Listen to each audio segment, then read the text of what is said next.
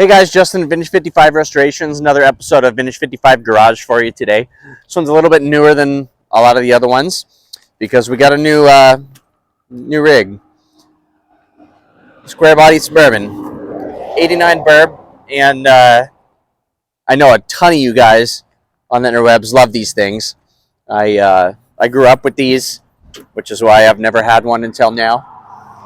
But guy in town had one for sale. We were looking for another kind of family hauler in addition to the travel haul, which I'll have a video on shortly. But it fit the bill. The price was right.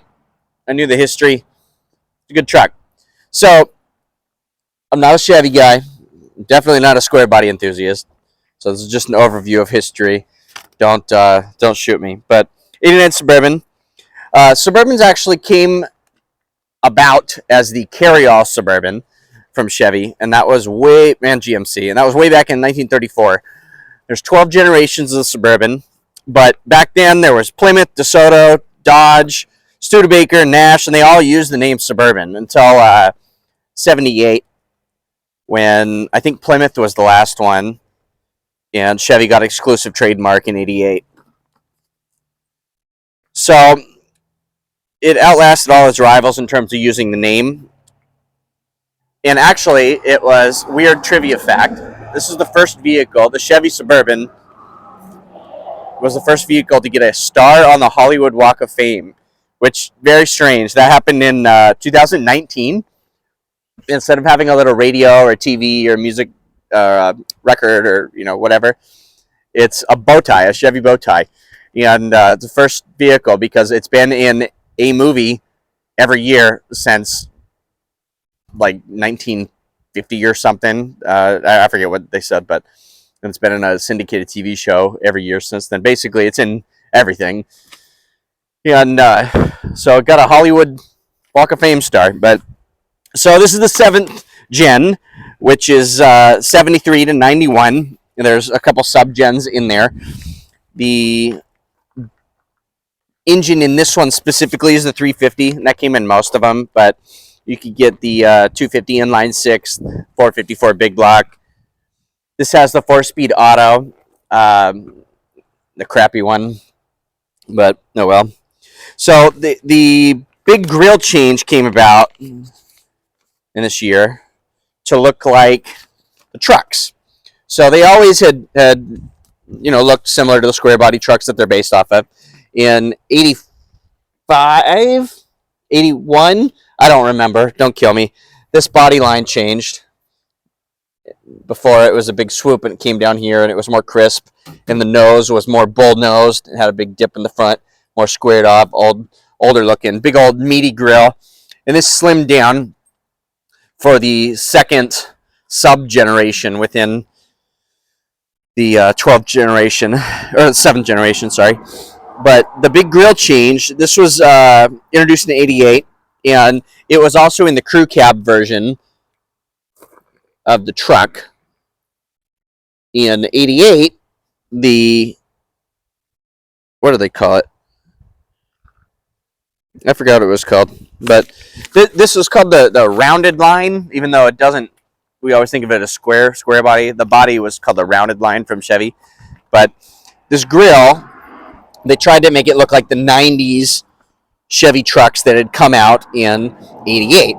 And so they dressed it up to try to disguise the fact that the body was still the old square body.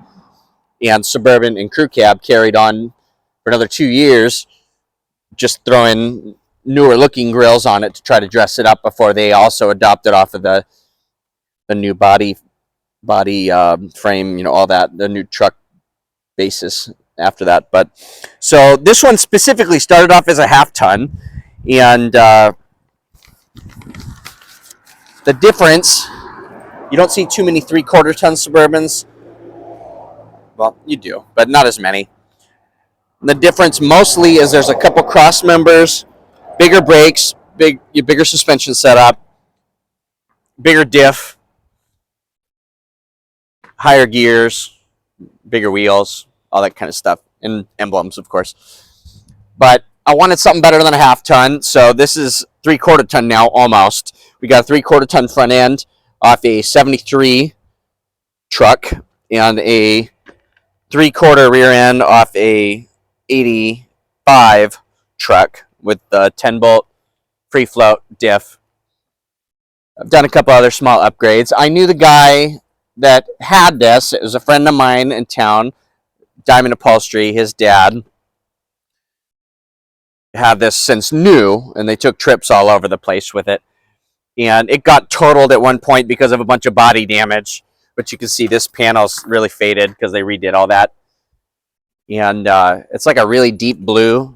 I think it was black originally, but it's got the blue interior.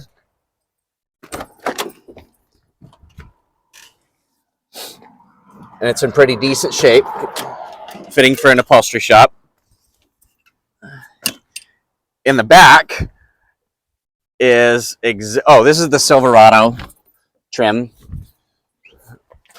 The back looks exactly like what a car hauler family wagon should look like. French fries everywhere. The back has a 3rd row seat. We have it out currently. It's removable.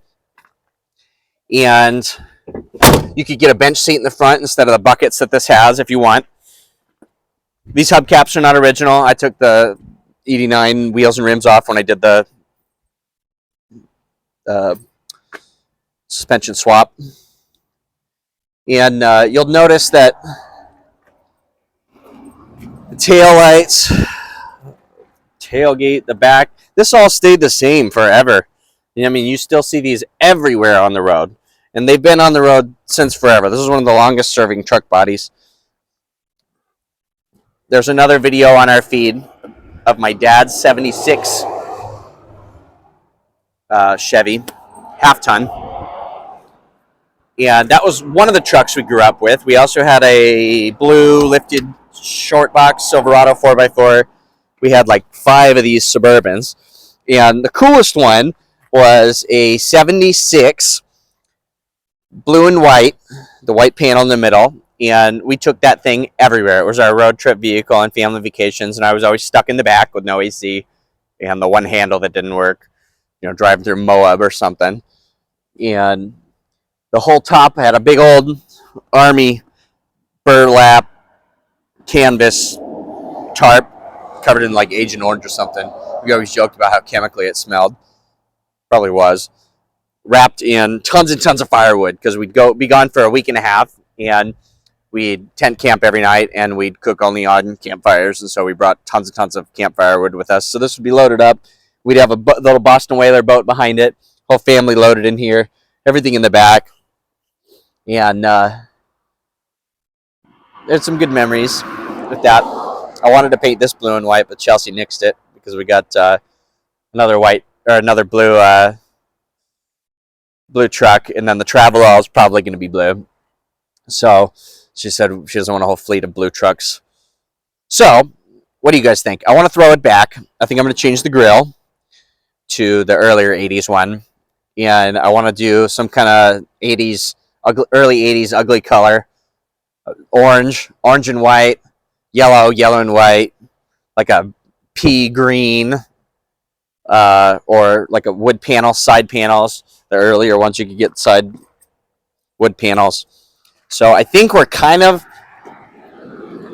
leaning towards Wheatland yellow, which is like this yellow, for the whole body, solid, except doing wood panel inlays.